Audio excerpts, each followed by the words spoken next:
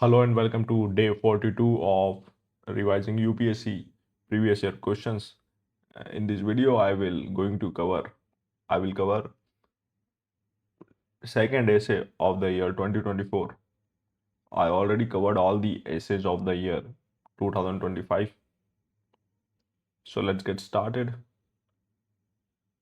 And today we will have like the 2026 essays as well because the mains will be there in like few hours.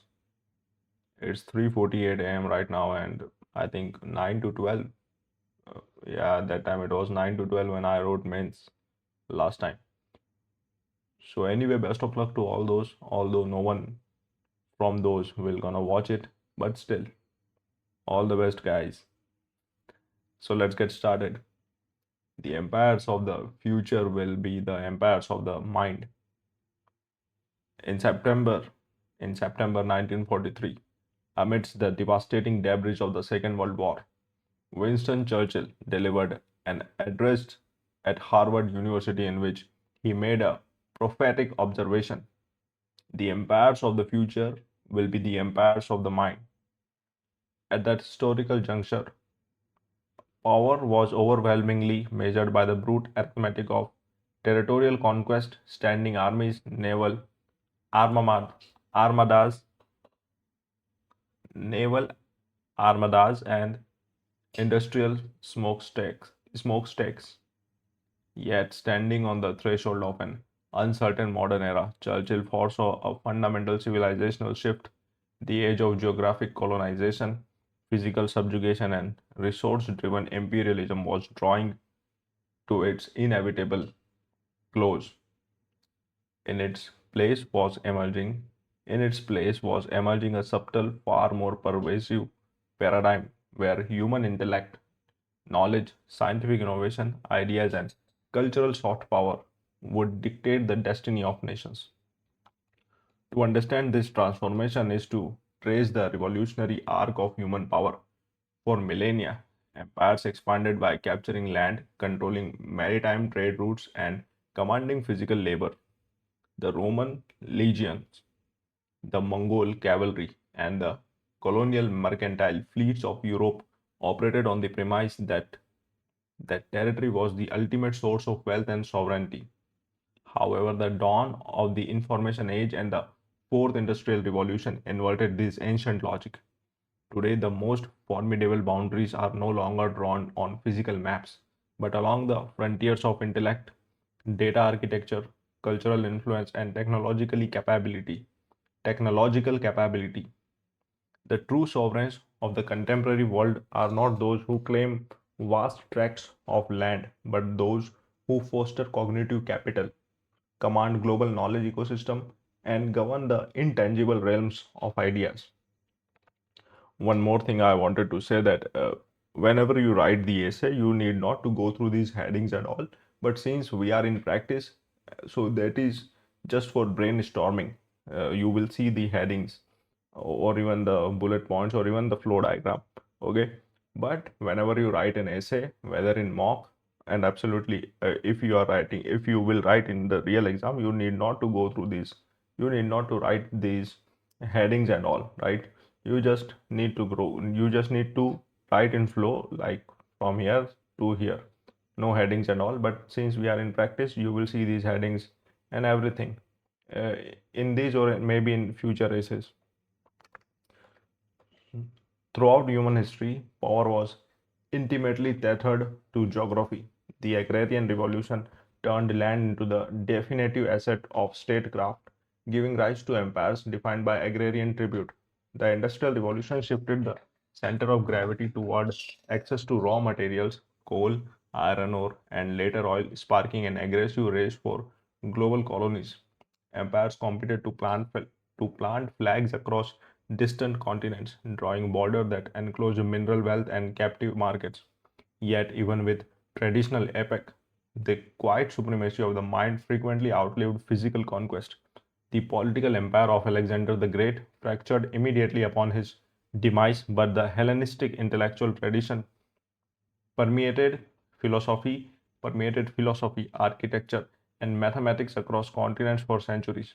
The Roman Empire succumbed to barbarian invasions and administrative decay, yet Roman jurisprudence and the concept of the jus janitium, jus, just jantium, continue to underpin modern constitutionalism and international law.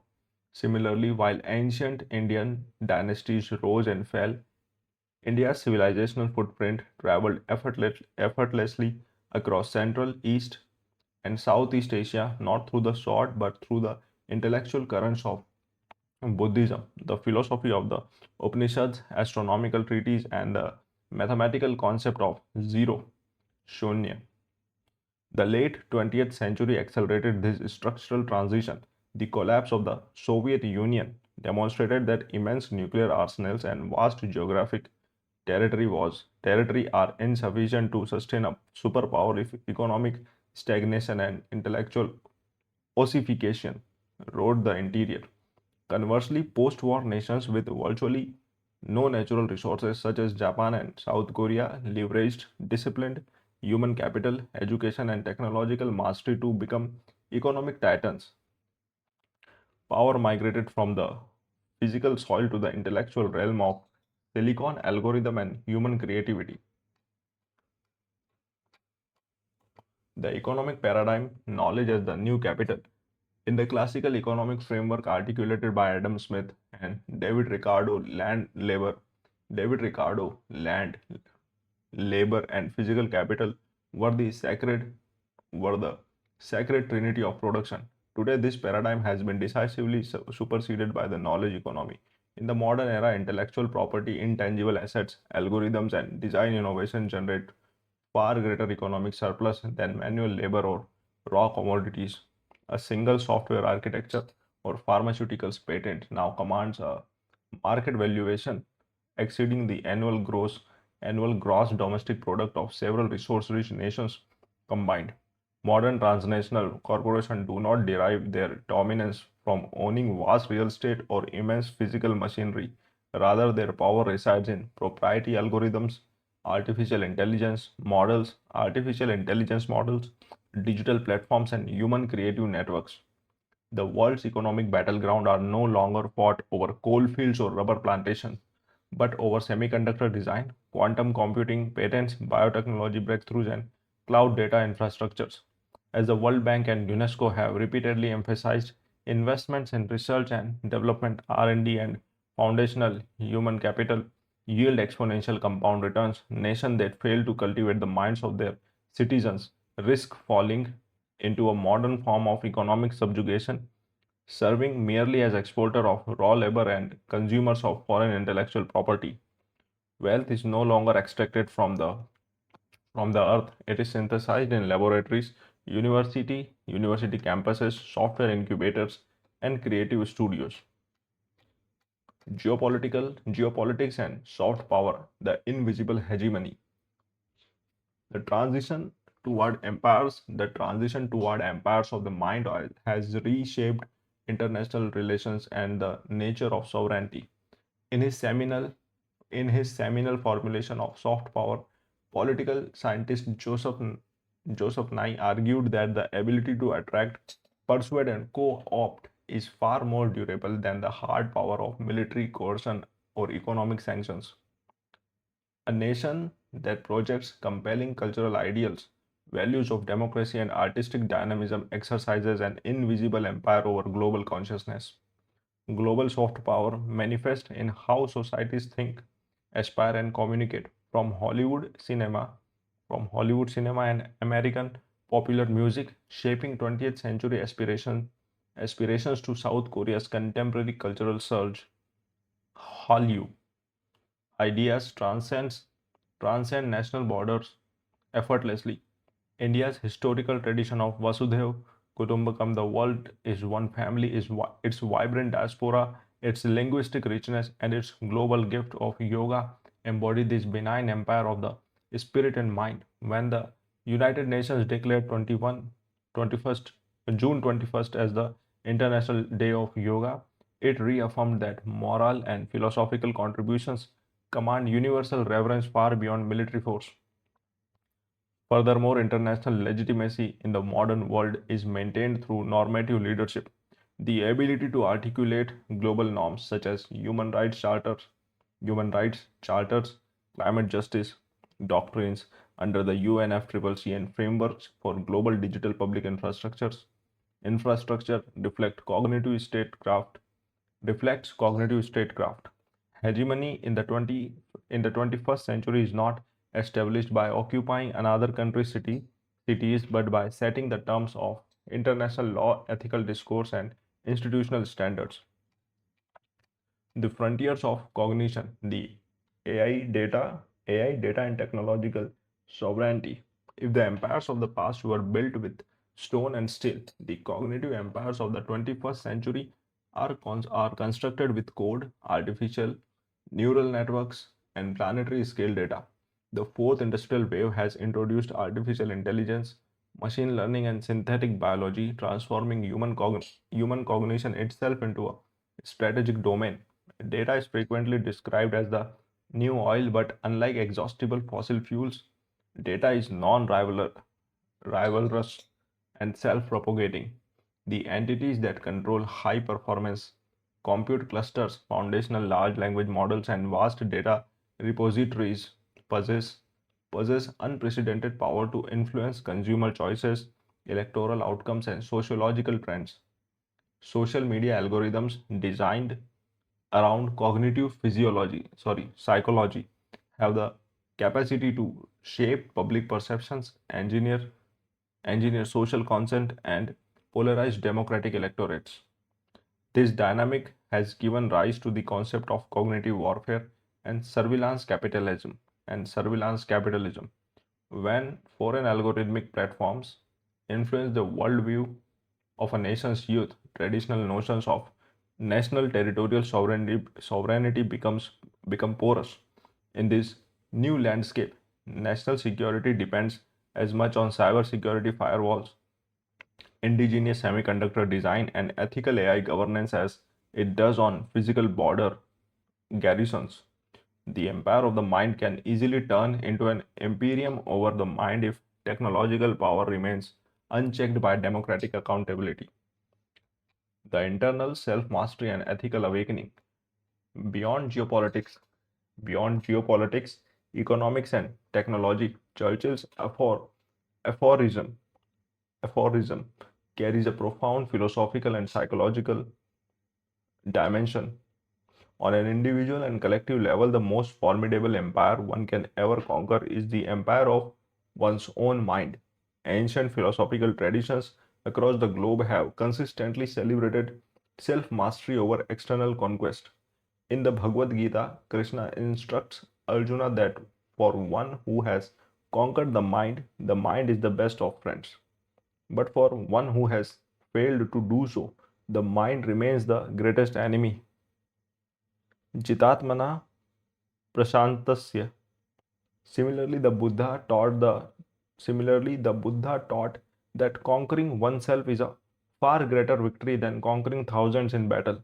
When Emperor Ashoka witnessed the slaughter at Kalinga, he recognized the tragic futility of physical conquest, Digvijay, and renounced it for cultural and moral conquest, Dharma Vijay, declaring that the, declaring that true victory lies in righteousness, compassion, and mental transformation.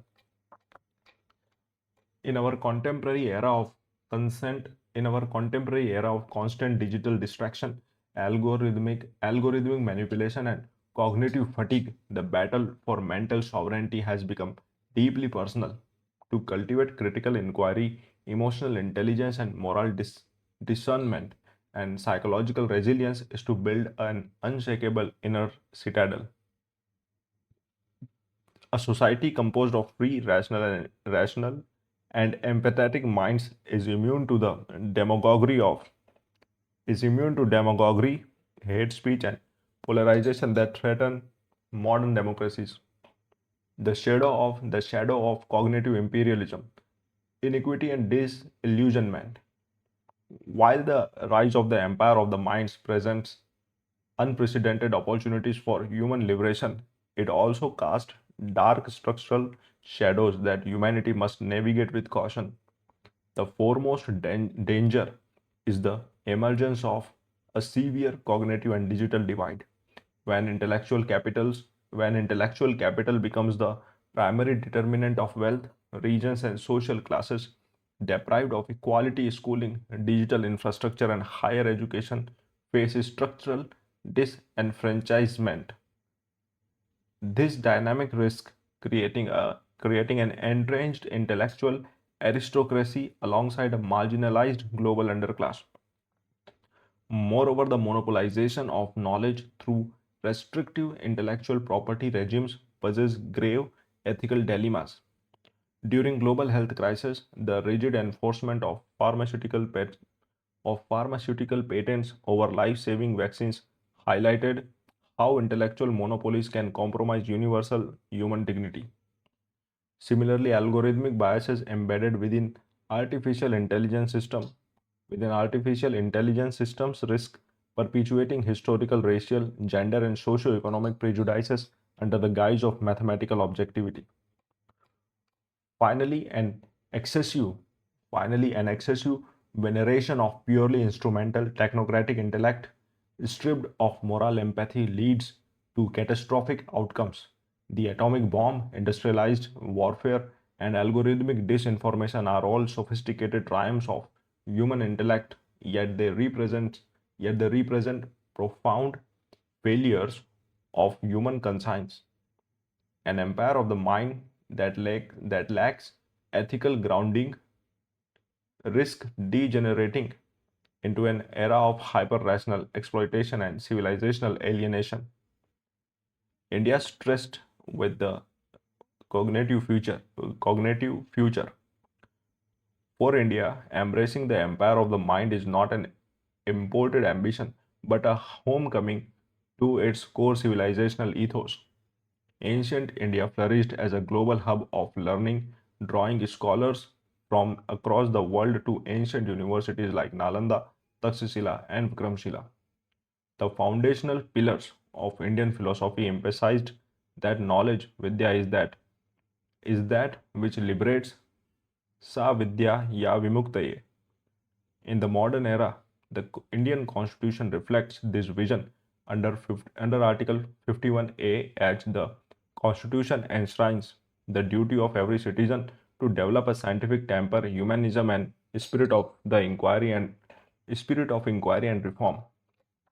Furthermore, the expansion of the right to education under Article 21A affirms that intellectual empowerment is an inalienable fundamental right essential for human dignity. To lead the emerging global order, India is actively repositioning itself through forward-looking policies.